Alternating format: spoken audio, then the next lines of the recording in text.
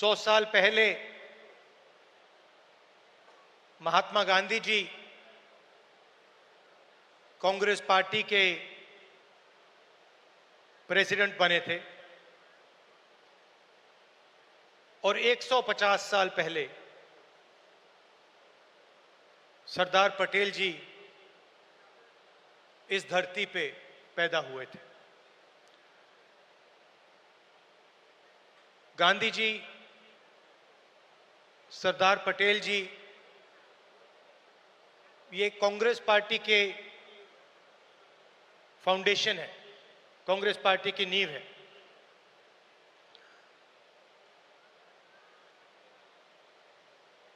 भाषण का मेरा एक प्लान था,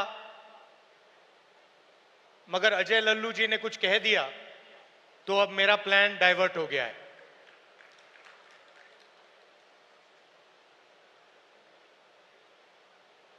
अभी उन्होंने कहा कि मैं पिछड़ों के लिए, दलितों के लिए, आदिवासियों के लिए, गरीब लोगों के लिए काम कर रहा हूं। वो सच है, मगर उन्होंने बात जोड़ी कि आने वाले समय में लोग मेरा नाम याद करेंगे और जैसे ही ये शब्द उनके मुंह से निकले तो मुझे एक बात याद आई।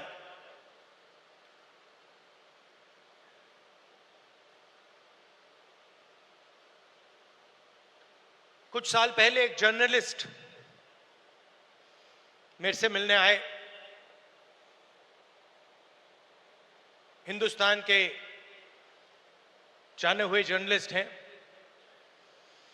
ऑफिस में बातचीत चल रही थी। उन्होंने मुझे बोला कि वो या मुशर्रफ जी या नवाज शरीफ के मित्र थे और उन्होंने मुझे बताया कि उन्होंने नवाज शरीफ या मुशर्रफ जी से कहा था कि अगर आप हिंदुस्तान और पाकिस्तान के बीच में शांति लाएंगे तो पूरी दुनिया आपका नाम याद करेगी। और उस टाइम जब जर्नलिस्ट ने कहा था, मुझे एक बात याद आई थी। जैसे ही उसके मुंह से ये शब्द निकले थे, मेरे दिमाग में ये बात उठी थी कि मैं छोटा सा बच्चा था, 7-8 साल का, और मैंने इंदिरा गांधी जी से यह सवाल पूछा कि दादी, मरने के बाद आपके बारे में लोगों को क्या कहना चाहिए, क्या सोचना चाहिए? जानते हो इंदिरा गांधी जी ने क्या जवाब दिया, जो मुझे आज तक परफेक्ट जवाब लगा।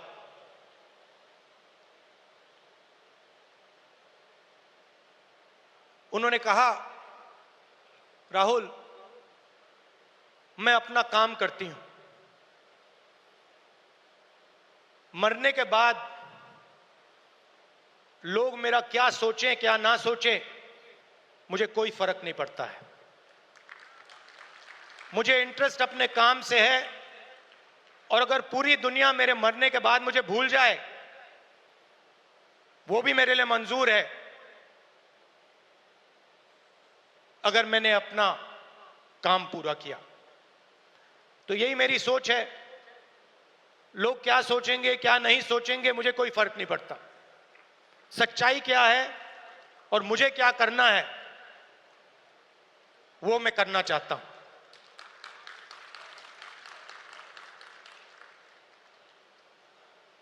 तेलंगाना में हमने एक क्रांतिकारी कदम उठाया, जाति जनगणना। उससे कुछ महीने पहले मैंने पार्लियामेंट हाउस में भाषण दिया था। मोदी जी के सामने कहा कि मोदी जी आप जाति जनगणना कराइए, देश को मालूम होना चाहिए इस देश में दलित कितने हैं,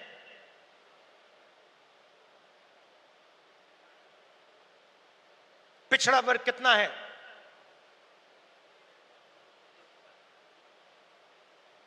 अति पिछड़ा कितना है, अति दलित कितने हैं,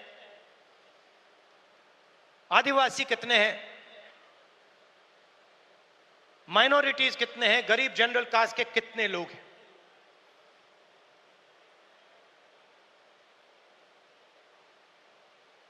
और मैं सिर्फ जाति जनगणना के पीछे नहीं था। जाति जनगणना एक कदम है, मुझे यह पता लगाना था कि इस देश में किसकी कितनी भागीदारी है। उस समय मैंने कहा था कि देश का एक्सरे होना चाहिए, पता लगाना चाहिए कि जो हमारे दलित, आदिवासी, पिछड़े वर्ग के लोग धूप में काम करते हैं, मजदूरी करते हैं, क्या सचमुच में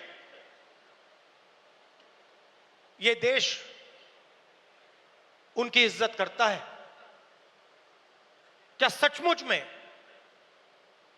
ये देश उनको जगह देता है? ये मेरे दिमाग में सवाल था। मोदी जी ने, आरएसएस ने साफ कह दिया हम जाति जनगणना नहीं करेंगे, हम जानना नहीं चाहते हैं, हम समझना नहीं चाहते हैं,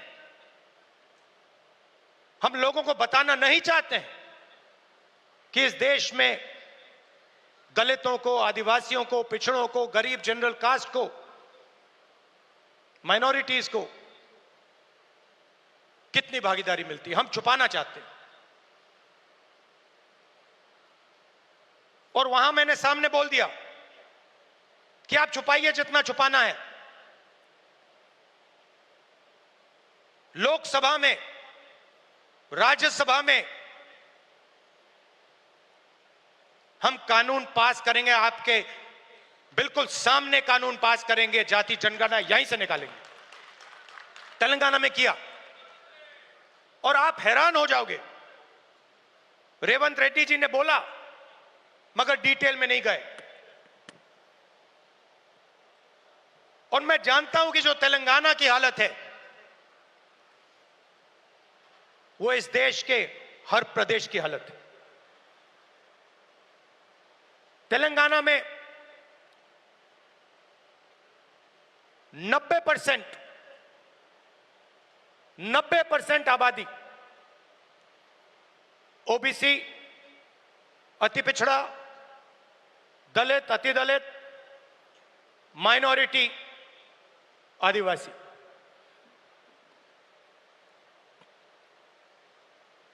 तेलंगाना का कॉर्पोरेट सेक्टर देखिए,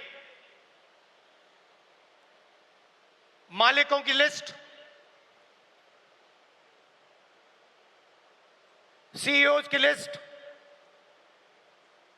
सीनियर मैनेजमेंट की लिस्ट, 90% में से आपको एक व्यक्ति नहीं मिलेगा।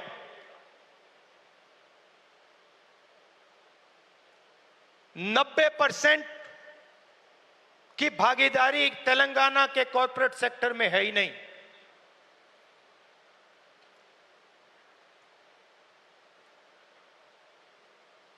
आजकल 21वीं सदी में मजदूर को गिग वर्कर कहा जाता है। वो घरों में खाना ले जाते हैं, घरों में खाना पकाते हैं, पिज्जा ले जाते हैं, अमेज़न की डिलीवरी ले जाते हैं, धूप में ले जाते हैं, सड़क पे मरते हैं। तेलंगाना में उनकी लिस्ट निकाली, सारे के सारे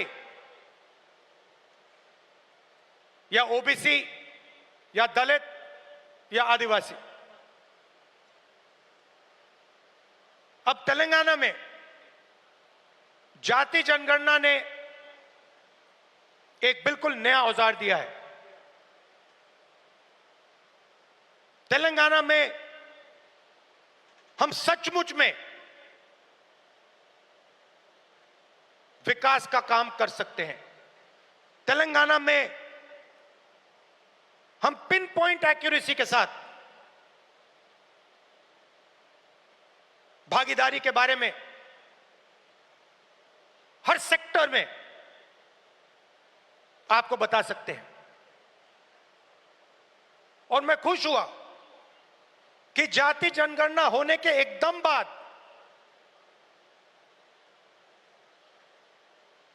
हमारे चीफ मिनिस्टर ने और हमारी टीम ने ओबीसी रिजर्वेशन को 42% तक पहुंचा दिया है।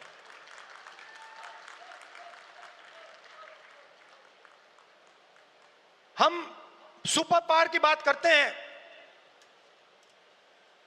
मगर जब धन की बात होती है, भागीदारी की बात होती है, कॉर्पोरेट इंडिया की बात होती है, चाहे प्राइवेट अस्पताल हो, प्राइवेट एजुकेशन सिस्टम हो, 90% उसमें है ही नहीं।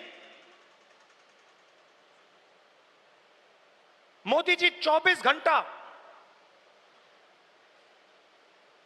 पिछले वर्ग की बात करते हैं, दलितों की बात करते हैं, आदिवासियों वनवासियों की बात करते हैं, वो उनको वनवासी कहते हैं। मगर जब उनकी भागीदारी का सवाल आता है, जब उनके पार्टिसिपेशन का सवाल आता है, तो बीजेपी के लोग बिल्कुल चुप हो जाते हैं। तो ये तेलंगाना ने एक क्रांतिकारी कदम उठाया है और पूरे देश को रास्ता दिखाया है। और मैं फिर से दोहरा के कह रहा हूं, इस स्टेज से आप सब के साथ कह रहा हूं कि 50% की जो दीवार है, इसको हम पूरे देश में तोड़ के परे कर देंगे। और जो शुरुआत हमने तेलंगाना में की है, वही हम दिल्ली में पूरे हिंदुस्तान के लिए करने जा रहे हैं। एससी एसटी सब प्लान की मैंने बात उठाई, क्रांतिकारी कानून लाए थे हम, इसको बीजेपी ने रद्द कर दिया है। एक के बाद एक हिंदुस्तान की सारी संस्थाओं पर यह आक्रमण कर रहे हैं। जहां भी आपको पहले दलितों को, पिछड़ों को, आदिवासियों को, गरीब जनरल कास्ट को जहां भी पहले जगह मिलती थी, वो सारे के सारे दरवाजे एक के बाद एक बंद कर रहे हैं। पहले हिंदुस्तान के हर जात के युवा सेना में जा सकते थे, पेंशन मिलती थी, शहीद का दर्जा मिलता था, एक्स सर्विसमैन स्टेटस मिलता था। उसमें सब लोग जा सकते थे, खत्म कर दिया। आज हमारी सरकार युवाओं को कहती है कि अगर आप युद्ध में शहीद होगे और अगर आप अग्निवीर हो, तो हम आपको ना पेंशन देंगे, ना शहीद का दर्जा देंगे। आपके साथ में जो लड़ रहा है उसको मिलेगा, मगर आपको नहीं मिलेगा। रास्ता किसके लिए बंद किया? गरीबों के लिए, गरीब जनरल कास्ट, दलित, पिछड़ा वर्ग, अति पिछड़ा वर्ग, आदिवासियों के लिए पहले पब्लिक सेक्टर हुआ करता था, उसमें हर जात के लोग जा सकते थे। Steel authority India, BHEL, BSNL, HAL, ये आप सबको, पूरे देश के युवाओं को रोजगार देते थे, अपॉर्चुनिटी देते थे। एक के बाद एक इनको बंद किया जा रहा है।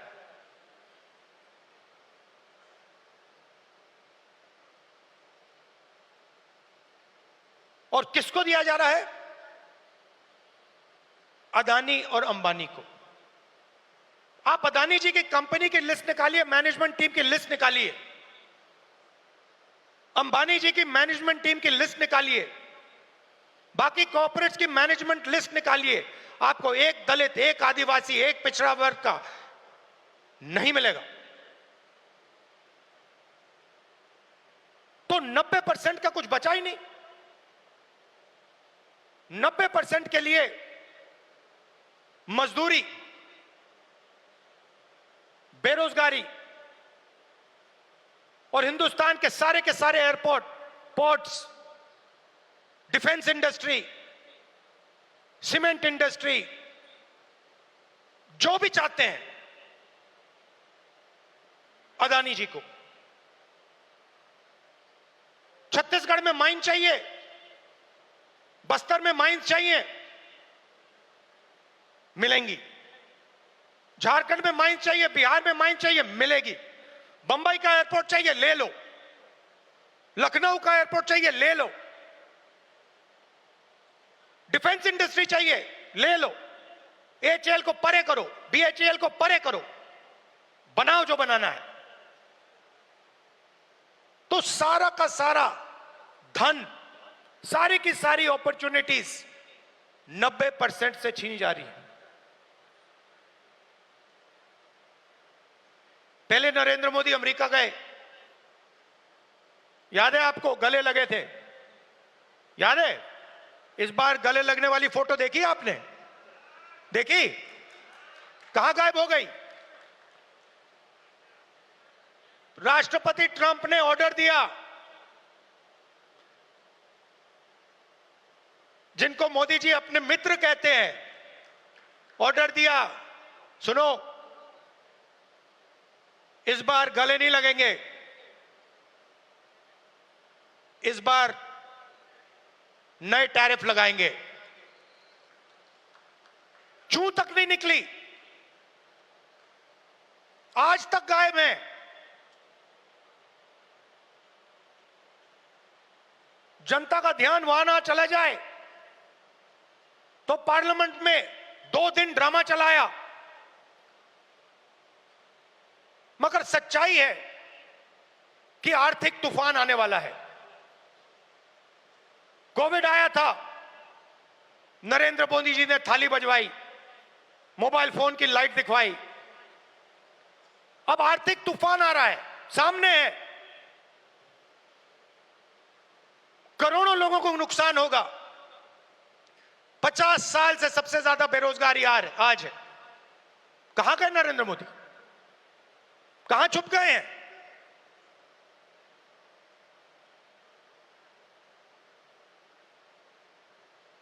बांग्लादेश का राष्ट्रपति उल्टा बयान देता है और नरेंद्र मोदी जी उसके साथ बैठे हुए हैं, चुप, एक शब्द नहीं निकलता मुंह से। कहां गई 56 इंच की छाती?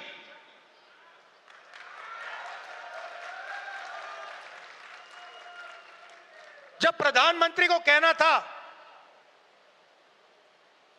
इंदिरा गांधी से एक बार किसी ने पूछा, डू यू लीन लेफ्ट और राइट? मतलब आप दाएं लीन करती हैं, बाएं लीन करती हैं? इंदिरा गांधी जी ने कहा, मैं हिंदुस्तान की प्रधानमंत्री हूं, मैं ना दाएं लीन करती हूं ना बाएं लीन करती हूं, बीच में सीधी खड़ी रहती हूं। ये हमारे जो नए प्रधानमंत्री हैं, ये सीधा सामने मत्था टेक देते हैं।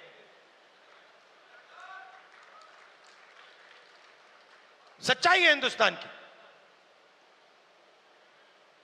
और विचारधारा की लड़ाई है।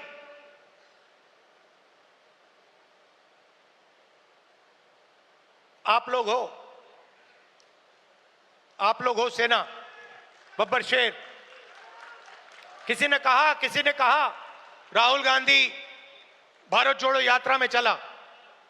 मैं आपसे सवाल पूछना चाहता हूं, क्या आपके बिना राहुल गांधी भारत जोड़ो यात्रा में चल सकता था क्या?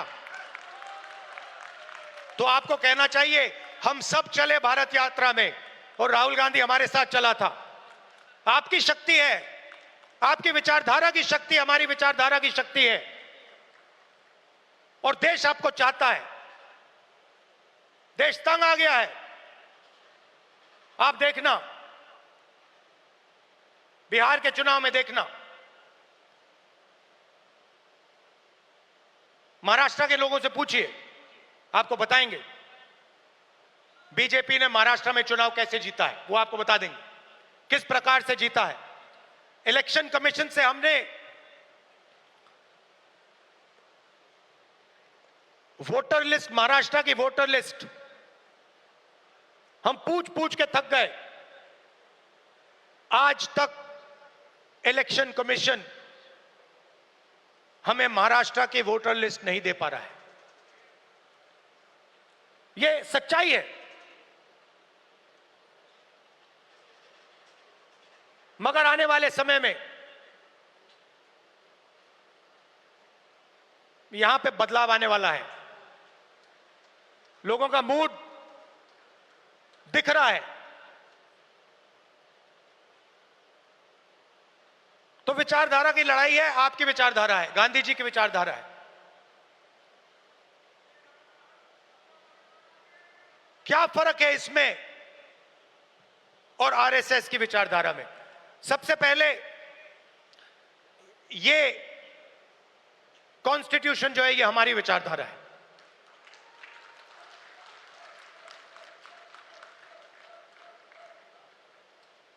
इसमें गांधी जी की, अंबेडकर जी की, पटेल जी की, बुद्ध भगवान की, नारायण गुरु जी की, गुरु नानक जी की, कबीर जी की, बसवना जी की विचारधारा है। यह 70 साल पुराना डॉक्यूमेंट नहीं है, यह हजारों साल पुरानी सोच है, और यह आपकी है।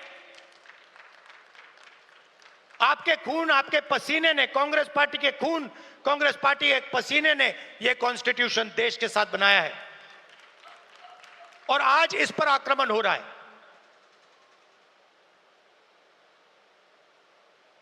संस्थाओं पर आक्रमण होता है। अग्निवीर, अदानी अंबानी को देश का पूरा धन, यह सब कॉन्स्टिट्यूशन पर आक्रमण हो रहा है। कॉन्स्टिट्यूशन में कहीं नहीं लिखा है कि हिंदुस्तान का पूरा धन 2-3 लोगों के हाथ में होना चाहिए। कॉन्स्टिट्यूशन में कहीं नहीं लिखा है कि हिंदुस्तान की हर संस्था में एक संगठन आरएसएस के लोग होने चाहिए। इस कॉन्स्टिट्यूशन में कहीं नहीं लिखा है कि हिंदुस्तान की सब यूनिवर्सिटीज के वाइस चांसलर आरएसएस के होने चाहिए। इस कॉन्स्टिट्यूशन में कहीं नहीं लिखा है कि हिंदुस्तान की दूसरी भाषाओं को, तमिल को, बंगाली को दबाया जाना चाहिए। कहीं नहीं लिखा है। मगर आरएसएस और बीजेपी रोज इस कॉन्स्टिट्यूशन पर आक्रमण कर रहे हैं, और इनको सिर्फ कांग्रेस पार्टी रोक सकती है, बाकी पार्टियां नहीं रोक सकती हैं। आप देखना, क्योंकि यह विचारधारा की लड़ाई है। जिस पार्टी के पास विचारधारा नहीं है, क्लैरिटी नहीं है, वो बीजेपी, आरएसएस के सामने नहीं खड़ी हो सकती। जिस पार्टी के पास विचारधारा है, वो ही आरएसएस और बीजेपी का मुकाबला कर सकती है और वो ही आरएसएस और बीजेपी को हराएगी। और आजादी से पहले एक बात याद रखिए, भूलिए मत, आजादी में हम सिर्फ अंग्रेजों से नहीं लड़े थे, हम अंग्रेज और आरएसएस की विचारधारा के खिलाफ लड़े थे। ये सारे जो आरएसएस के लोग हैं, इनकी विचारधारा फ्रीडम स्ट्रगल की विचारधारा नहीं है। जिस दिन कॉन्स्टिट्यूशन लागू हुआ था, जिस दिन यह किताब लिखी गई थी, उस दिन इस कॉन्स्टिट्यूशन के खिलाफ आरएसएस ने रामलीला मैदान में इस कॉन्स्टिट्यूशन को जलाया था। सालों के लिए इस कॉन्स्टिट्यूशन में लिखा है कि हमारे देश का जो झंडा है वो तिरंगा होगा। सालों के लिए आरएसएस ने तिरंगा को सलूट नहीं मारा था। यह सच है। आज जो भी कहें, उनकी विचारधारा कॉन्स्टिट्यूशन के खिलाफ है। वो लोकतंत्र को खत्म करना चाहते हैं, वो हिंदुस्तान की सारी संस्थाओं को कंट्रोल करना चाहते हैं और अंबानी अदानी को हिंदुस्तान का पूरा धन पकड़ाना चाहते हैं। और हमारी विचारधारा कहती है कि यह देश हर जात का, हर धर्म का है, हर भाषा का है। इस देश की संस्थाएं, इस देश के इंस्टीट्यूशंस किसी एक संगठन के नहीं हैं, कांग्रेस पार्टी के नहीं हैं, इस देश की जनता के हैं और इस देश की जनता को उन इंस्टीट्यूशंस पर कंट्रोल होना चाहिए। यह लड़ाई चल रही है। कुछ दिन पहले बीजेपी ने लोकसभा में वक्फ बिल पास किया। वक्फ बिल फ्रीडम ऑफ रिलीजन पर आक्रमण है, कॉन्स्टिट्यूशन पर आक्रमण है। दम ऑब्जर्वर न्यूज़पेपर, उनका जो न्यूज़पेपर है, ऑर्गेनाइजर, सॉरी ऑब्जर्वर नहीं, ऑर्गेनाइजर में लिखते हैं कि अब जो क्रिश्चियन कम्युनिटी है, उनकी जमीन पर हम आक्रमण करने जा रहे हैं। हमारे सिख भाई हैं, आपके पास भी आएंगे। तो आप ये मत सोचिए कि ये आप पर आक्रमण नहीं है। और ये एंटी कॉन्स्टिट्यूशन है और anti freedom of religion act है। और ये देश के सब लोगों को मालूम होना चाहिए।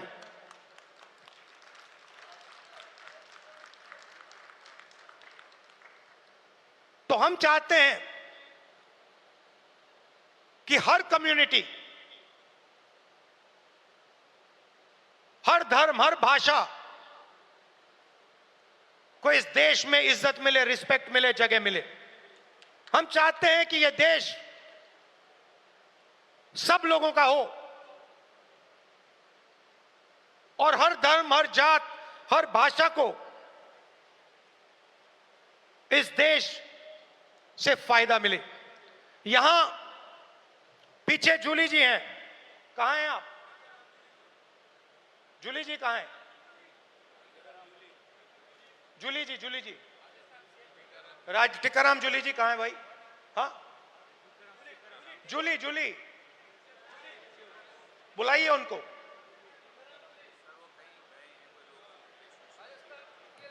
अच्छा, टिकाराम जूली हमारे सीएलपी हैं, राजस्थान के, दलित हैं,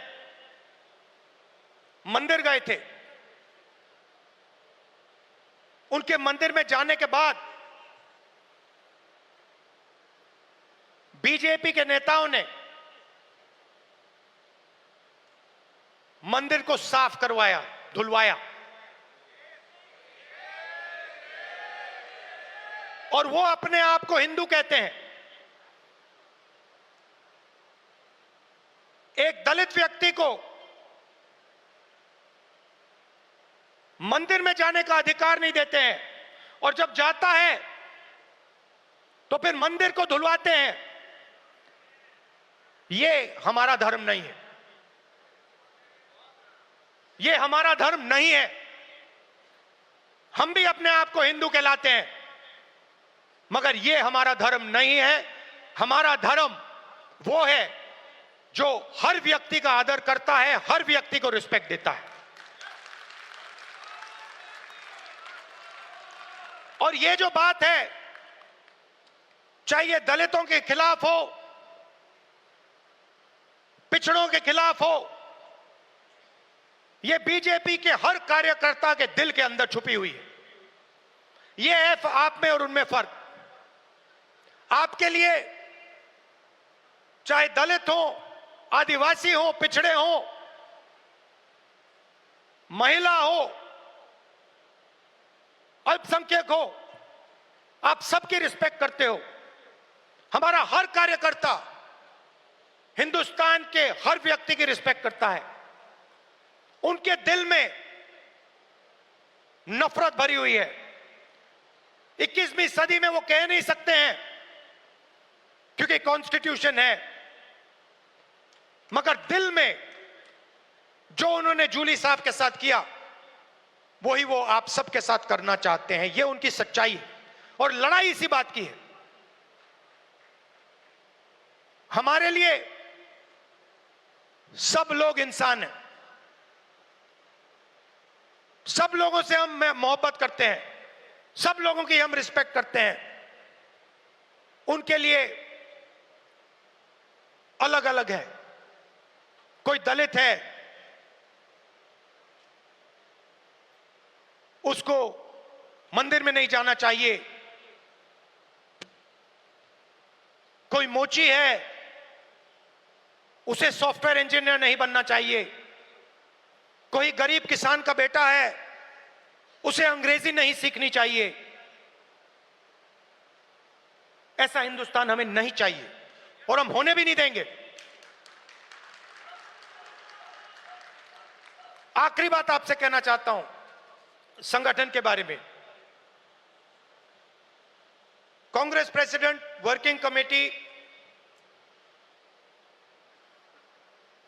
और पार्टी के सीनियर नेताओं की काफी मीटिंग हुई है, और हम चाहते हैं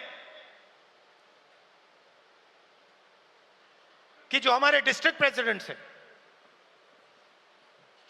उन्हें हम पार्टी की नींव बनाएं। और हम चाहते हैं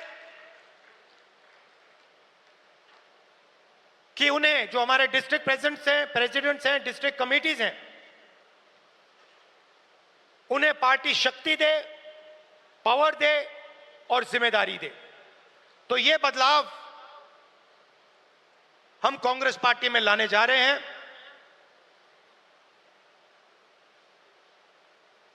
डिस्ट्रिक्ट कमेटी और डिस्ट्रिक्ट प्रेसिडेंट को हम पार्टी का फाउंडेशन बनाने जा रहे हैं।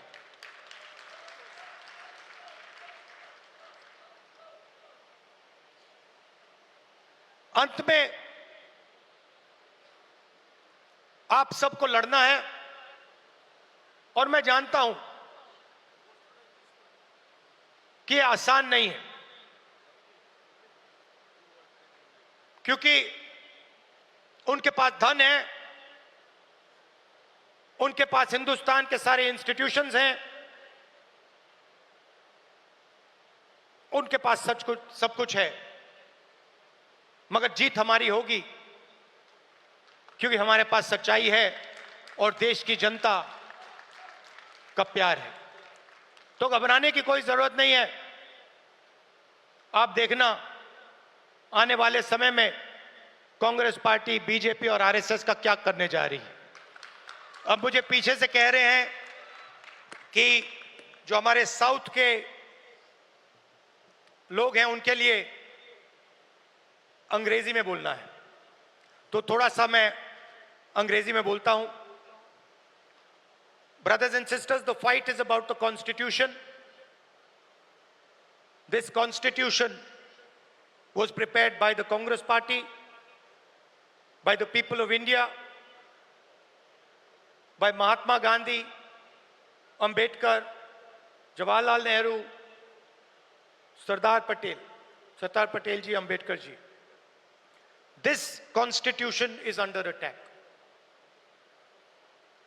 This Constitution is an ideological document that reflects the ideology of the Congress Party. It does not reflect the ideology of the Sangh Parivar or the RSS. And that is why they are intent on destroying this Constitution and capturing all the institutions that emerge from it. It is our duty as Congress members to protect this Constitution, to protect the rights of every single Indian, all communities, all languages, all genders. It is our duty and our right because it is our ideology that is reflected in the Constitution. The BJP and the RSS are attacking our institutional framework, and they think that just because they are in power, they have huge amount of financial capacity that nobody is going to resist them. They are absolutely wrong. The Congress worker and the Congress party and the large mass of India's people are going to fight for this Constitution and are going to defeat the RSS and the BJP. I also said that a few days ago, the BJP and the RSS attacked the freedom of religion. The Waqf bill and the article that appeared in the RSS magazine, the organizer, where they said that they are now going to attack the land of our Christian brothers and sisters, are both attacks on the Constitution of India. And they must be seen in that light. I also spoke about the caste census and about how we have taken a tremendous step in Telangana, which has revealed a lot about the communities that are participating in different activities in the state. Finally, I would request all Congress members from all our states that it is your responsibility to defend the Constitution. It is your responsibility to defend the ideology of the Congress party. And I'm proud that you do it every single day against great odds. Thank you very much. Namaskar.